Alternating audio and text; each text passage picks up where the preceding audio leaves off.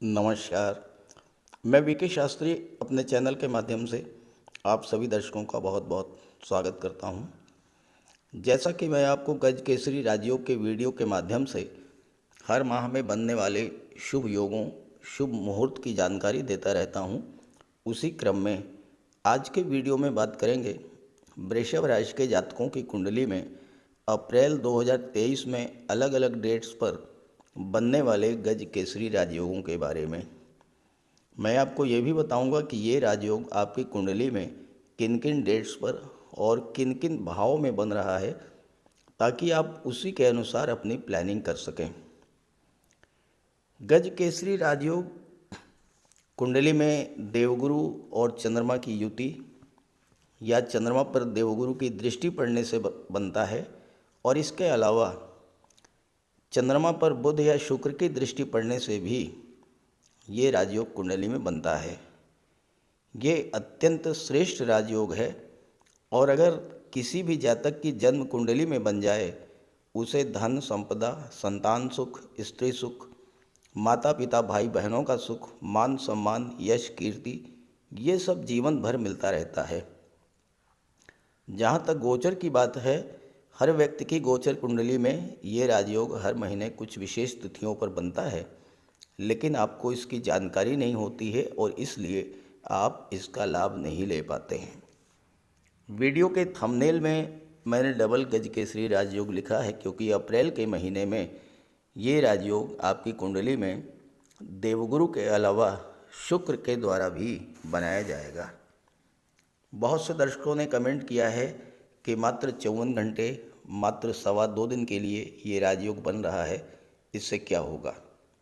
तो मैं आपको बता दूं कि किसी भी राजयोग का लाभ 2 दिन तो क्या 2 घंटे में मिल जाता है, अगर आपकी जन्म कुंडली में राजयोग बनाने वाला ग्रह मजबूत स्थिति में हो, या आपके जीवन में उस ग्रह की महादशा या अंतर्दशा गतिमान हो। ये राजयोग इतना श्रेष्ठ होता है कि इस राजयोग के दौरान किसी भी शुभ कार्य की शुरुआत की जाए, जैसे आपको कोई प्लाट खरीदना हो, शेयर में, गोल्ड में निवेश करना हो, मकान बनवाना हो, वाहन खरीदना हो, किसी जॉब के लिए अप्लाई करना हो, किसी सरकारी योजना से लाभ लेने के लिए आवेदन करना हो, कोई गवर्नमेंट कॉन्ट्रैक्ट लेना हो, किसी गवर्नमेंट प्रोजेक्ट से जुड़ना हो, शादी ब्याह के रिश्ते तय करने हो, विदेश जाना हो, नए व्यापार व्यवसाय की शुरुआत करनी हो, यात्रा देशाटन पर जाना हो, कोई धार्मिक या मांगलिक आयोजन करना हो, या इस तरह का कोई भी शुभ कार्य, अगर आप इस राजयोग के दौरान उस कार्य की शुरुआत करते हैं तो उसमें सफलता और लाभ के प्रबल योग बनते हैं। इसी उद्देश्य से ये वीडियो अपलोड कर रहा हूँ, ताकि आपको शुभ समय की, शुभ मुहूर्त की जानकारी हो सके और आप शुभ समय पर अपने कार्यों की शुरुआत करें और उसका पूरा लाभ उठाएं। ये विश्लेषण आपकी चंद्र राशि के आधार पर किया जा रहा है, और वीडियो के अंत में मैं आपको देवगुरु बृहस्पति के उपाय भी बताऊंगा। दूसरी बात, कमेंट बॉक्स में किसी भी अनजान व्यक्ति के द्वारा दिए गए कॉन्टैक्ट नंबर पर भूल करके भी संपर्क मत कीजिएगा, आपके साथ फ्रॉड हो सकता है। वृषभ राशि के जातकों की कुंडली आपके सामने है। वृषभ राशि के जातकों के लिए अप्रैल 2023 का महीना अत्यंत शुभ और श्रेष्ठ फल देने वाला होगा, क्योंकि देवगुरु बृहस्पति का गोचर आपकी कुंडली के लाभ के भाव में है, और अप्रैल की शुरुआत ही गज केसरी राजयोग से हो रही है। 1 अप्रैल चंद्रमा का गोचर कर्क राशि में होगा और देवगुरु की दृष्टि चंद्रमा पर पड़ेगी, और गज केसरी राजयोग आपकी कुंडली में बन जाएगा।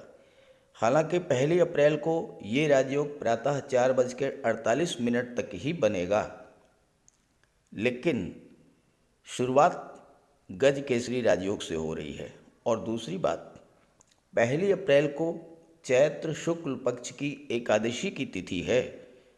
अत्यंत शुभ मुहूर्त आपके लिए रहेगा 1 अप्रैल।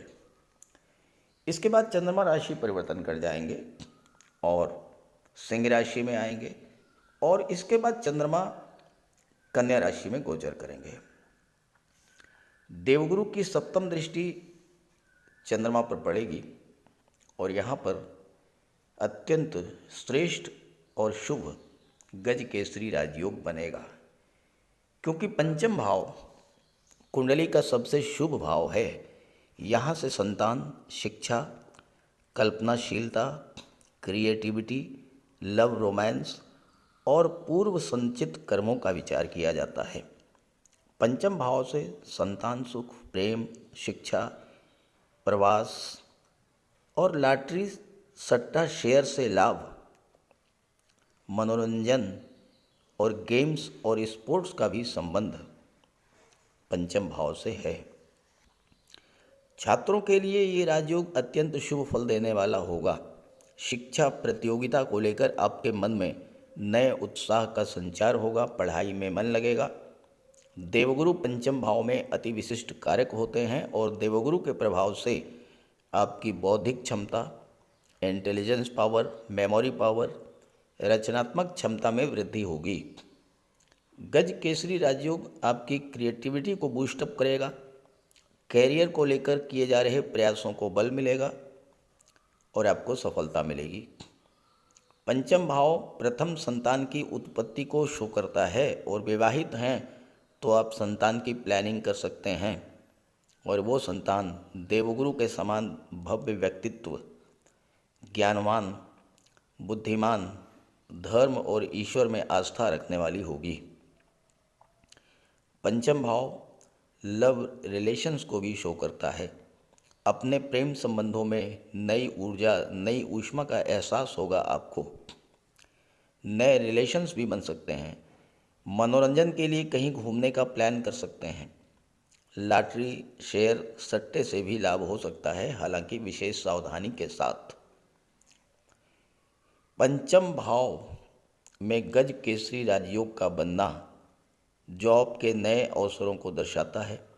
नई नौकरी मिल सकती है, नौकरी में परिवर्तन भी आप कर सकते हैं। पंचम भाव गणित, विज्ञान, कला से संबंध रखता है। इन क्षेत्रों में आपकी रुचि है तो आपको सफलता मिलेगी। पंचम भाव राजनीति के क्षेत्र में मंत्री पद को दर्शाता है और इस योग के बनने पर आपको राजनीति के क्षेत्र में उच्च पद भी मिल सकता है।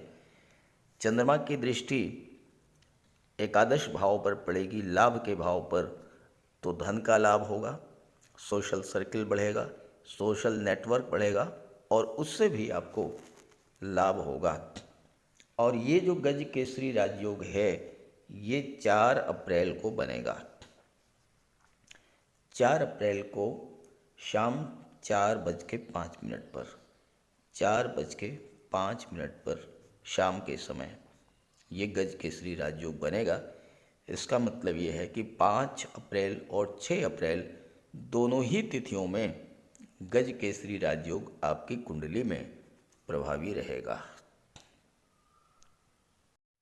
जैसा कि आप जानते हैं कि चंद्रमा 28 दिन में सभी 12 राशियों में गोचर करते हैं, लगभग 54 घंटों में राशि परिवर्तन कर लेते हैं। तो कन्या राशि से राशि परिवर्तन करके तुला राशि में आएंगे और तुला राशि से राशि परिवर्तन करके चंद्रमा का गोचर वृश्चिक राशि में होगा, कुंडली के सप्तम भाव में। यहाँ पर डबल गज केसरी राजयोग बनेगा, अत्यंत शुभ, श्रेष्ठ, क्योंकि गुरु की नवम दृष्टि पड़ेगी और शुक्र की सप्तम दृष्टि। शुक्र के द्वारा भी ये गज केसरी राजयोग बनाया जाएगा और गुरु के द्वारा भी ये राजयोग बनाया जाएगा। और शुक्र तो आपकी कुंडली में मालव्य राजयोग बना रहे हैं, बहुत ही शुभ और श्रेष्ठ राजयोग। सप्तम भाव वैवाहिक जीवन, पार्टनरशिप, समृद्धि, prosperity, social image, legal contracts, relationship को शो करता है।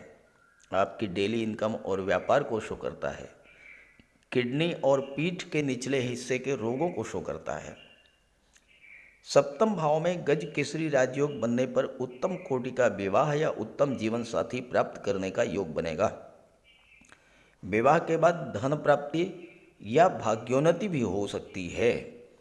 आपकी सोच में जो नेगेटिविटी थी वो समाप्त होगी। जीवन में सकारात्मक सोच के साथ आप आगे बढ़ेंगे। आपकी डेली इनकम बढ़ेगी। व्यावसायिक सफलता और ख़ास करके पार्टनरशिप में व्यापार के लिए ये राजयोग अत्यंत शुभ है। आपकी सोशल इमेज बढ़ेगी। किडनी से या पीठ के दर्द से समस्या थी, उससे भी राहत मिलेगी। अगर पारिवारिक जीवन में तनाव की स्थिति थी तो जीवन साथी के साथ संबंधों में सुधार करने के लिए या बिजनेस पार्टनर के साथ संबंधों में सुधार करने के लिए ये आदर्श स्थिति है, क्योंकि इस समय आपका मन शांत रहेगा। ज्ञान बुद्धि विवेक जागृत होगा। आप दूसरे पक्ष की बात को भी ध्यान से सुनेंगे, दूसरों की भावनाओं को समझने का प्रयास करेंगे और समस्या सुलझ जाएगी। इस योग के बनने पर आप कोई लीगल कॉन्ट्रैक्ट कर सकते हैं, व्यापारिक अनुबंध कर सकते हैं। रिलेशनशिप में नई ऊष्मा और नई ऊर्जा देखने को मिलेगी और विपरीत लिंगी के प्रति आकर्षण बढ़ेगा और विवाह के रिश्ते भी फाइनलाइज होंगे। चंद्रमा की दृष्टि आपके लग्न पर पड़ेगी और यहाँ पर शुक्र का गोचर है। आपका स्वास्थ्य अच्छा होगा, मानसिक शांति मिलेगी और किसी प्रकार की चिंता थी वो अभी दूर होगी। और सप्तम भाव में ये जो गज केसरी राजयोग बनेगा, ये बनेगा 9 अप्रैल को। 9 अप्रैल को प्रातः 8:02 पर 9 अप्रैल को प्रातः 8:02 पर ये गज केसरी राजयोग आपकी कुंडली के सप्तम भाव में बनेगा और अत्यंत शुभ और श्रेष्ठ फल देने वाला होगा। वृश्चिक राशि में चंद्रमा के गोचर के लगभग 8 दिन के बाद चंद्रमा का गोचर मीन राशि में होगा और चंद्रमा देवगुरु के साथ कुंडली के लाभ के भाव एकादश भाव में युति बनाएंगे और यहाँ पर लाभ के भाव में गज केसरी राजयोग बनेगा। कुंडली का एकादश भाव आपकी इनकम और गेन्स को शो करता है, आपकी आय और लाभ को दिखाता है। 11वां भाव आपकी कामना आकांक्षा और इच्छा पूर्ति को भी दिखाता है। आपके द्वारा किए गए प्रयासों से आपको कितना लाभ मिलेगा, ये 11वां भाव आप शो करता है। 11वां भाव आपके वैभव समृद्धि को शो करता है, आपके मित्रों बड़े भाई सोशल नेटवर्क को शो करता है। 11वें भाव में गज केसरी राजयोग आपको हर तरह के लाभ को बढ़ाने वाला होगा। धन का लाभ तो होगा ही, मान सम्मान बढ़ेगा। आपके अपने सोशल नेटवर्क का दायरा बढ़ाने का प्रयास करेंगे आप और आपको अपने सोशल नेटवर्क से लाभ मिलेगा। इस गोचर काल में आपकी कोई पुरानी इच्छा पूरी हो सकती है या फिर आप अपनी किसी पुरानी इच्छा, किसी पुराने सपने को पूरा करने का प्रयास शुरू कर सकते हैं। जैसे आप मकान बनवाना शुरू कर सकते हैं, बच्चों की उच्च शिक्षा के लिए प्रयास कर सकते हैं या बच्चों के शादी ब्याह का प्रयास शुरू कर सकते हैं। आपका कोई रुका हुआ कोई फंसा हुआ पैसा था वो आपको मिल सकता है। आपने किसी को लोन दिया था वो पैसा आपको मिल सकता है। 11वें भाव में गज केसरी राजयोग आपके वैभव, आपकी समृद्धि और आपकी महत्वाकांक्षा को बढ़ाने वाला होगा। आपके मन में कोई नई और बड़ी इच्छा जागृत होगी और आप उसे पूरा करने की दिशा में कदम आगे बढ़ाएंगे। आपको इस समय अपने बड़े भाई बहनों, मित्रों और सोशल रिलेशंस का सपोर्ट मिलेगा और आप अपने कार्य क्षेत्र से ज़्यादा लाभ अर्जित करने की स्थिति में होंगे। अगर आप ईश्वर में आस्था रखते हैं, पूजा पाठ करते हैं, बुजुर्गों का सम्मान करते हैं, तो ये राजयोग आपकी हर इच्छा को पूरा करने वाला होगा। चंद्रमा की दृष्टि पंचम भाव पर पड़ेगी तो आपको संतान की प्राप्ति हो सकती है। शिक्षा प्रतियोगिता के क्षेत्र में सफलता मिल सकती है। लव रिलेशंस में नई ऊष्मा नई ऊर्जा देखने को मिलेगी और वो विवाह में परिणित हो सकती है। कुंडली के एकादश भाव में जो गज केसरी राजयोग बनेगा वो बनेगा 17 अप्रैल को, 17 अप्रैल को, और इसका समय होगा रात्रि 8:52। इसका मतलब ये हुआ कि 18 और 19 दोनों ही दिन गज केसरी राजयोग आपकी कुंडली में प्रभावी रहेगा। इसके बाद देवगुरु बृहस्पति राशि परिवर्तन करेंगे और मेष राशि में आ जाएंगे 12वें भाव में, और चंद्रमा भी राशि परिवर्तन करते करते सिंह राशि में आएंगे और देवगुरु की दृष्टि चंद्रमा पर पड़ेगी कुंडली के 4th भाव में।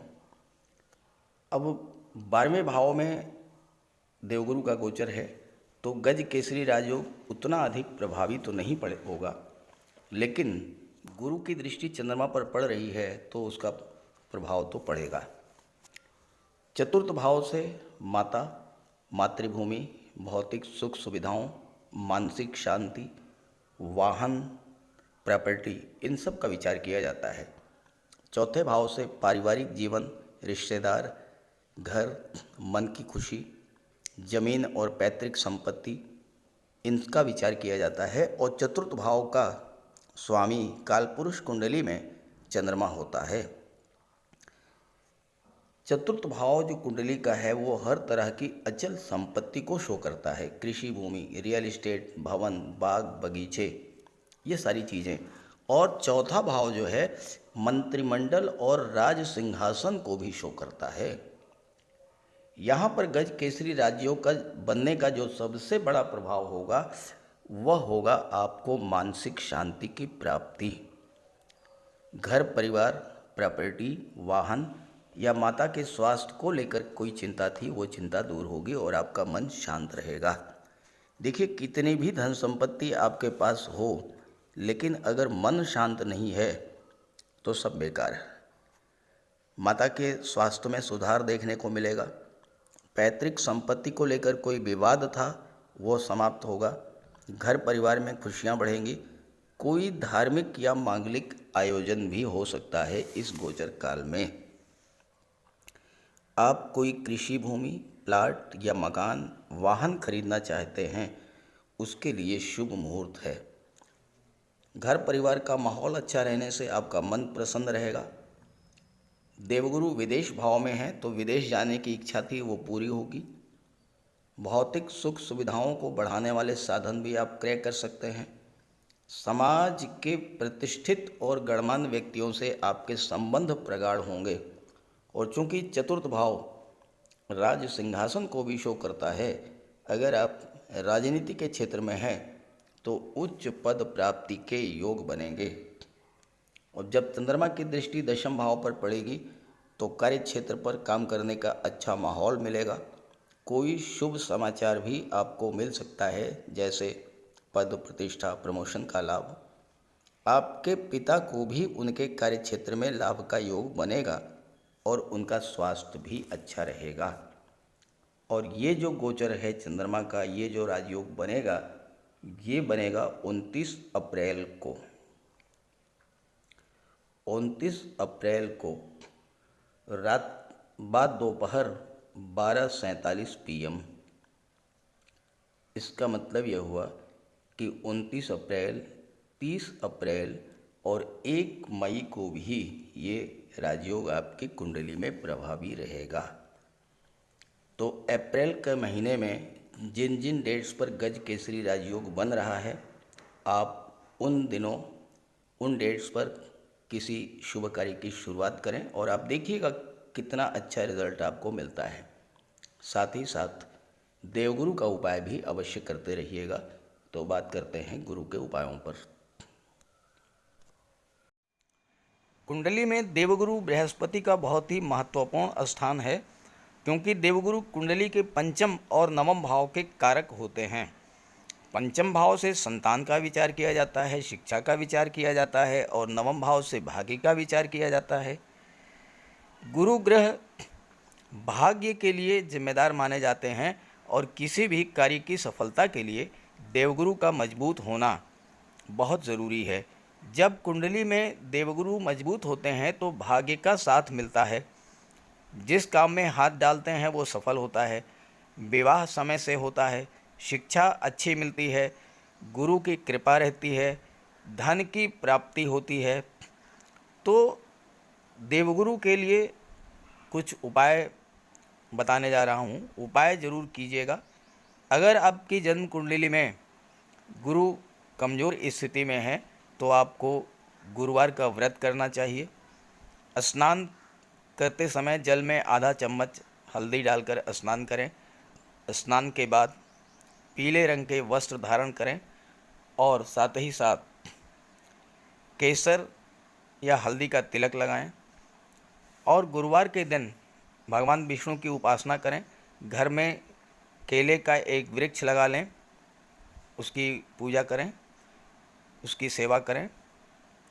भोजन में चने के बेसन, चीनी और घी से बने लड्डू का सेवन करें और अपनी क्षमता के अनुसार पीले वस्त्र, हल्दी, शहद, धार्मिक पुस्तकें, इन सब का दान कर सकते हैं। अगर गुरु ग्रह कमज़ोर है तो पुखराज धारण करें, लेकिन इसके लिए किसी योग्य ज्योतिषी की सलाह ले लें। माता पिता, गुरु और बुज़ुर्गों का सम्मान करें, उनकी देखभाल करें और उनका आशीर्वाद प्राप्त करें। साफ सफाई रखें, गुरु की सेवा करें और दही और चावल गरीबों को खिलाएं। किसी गरीब को, किसी दिव्यांग व्यक्ति को भोजन कराएं। किसी वृद्धाश्रम में जाकर के वृद्धों के साथ कुछ समय बिताएं, उनकी समस्याओं को जानें, समझें। कोई ज़रूरी नहीं है कि आप धन से ही सहायता करें, तन और मन से भी आप मदद कर सकते हैं दूसरों की, और ऐसा करने से देवगुरु अत्यंत प्रसन्न होते हैं। और जब देवगुरु बलवान होंगे तो आपको पूरा लाभ मिलेंगे। तो ये उपाय करके देखिएगा, लाभ होगा। कमेंट करके बताइएगा ताकि आपके साथियों को भी इसका लाभ मिल सके। नमस्कार।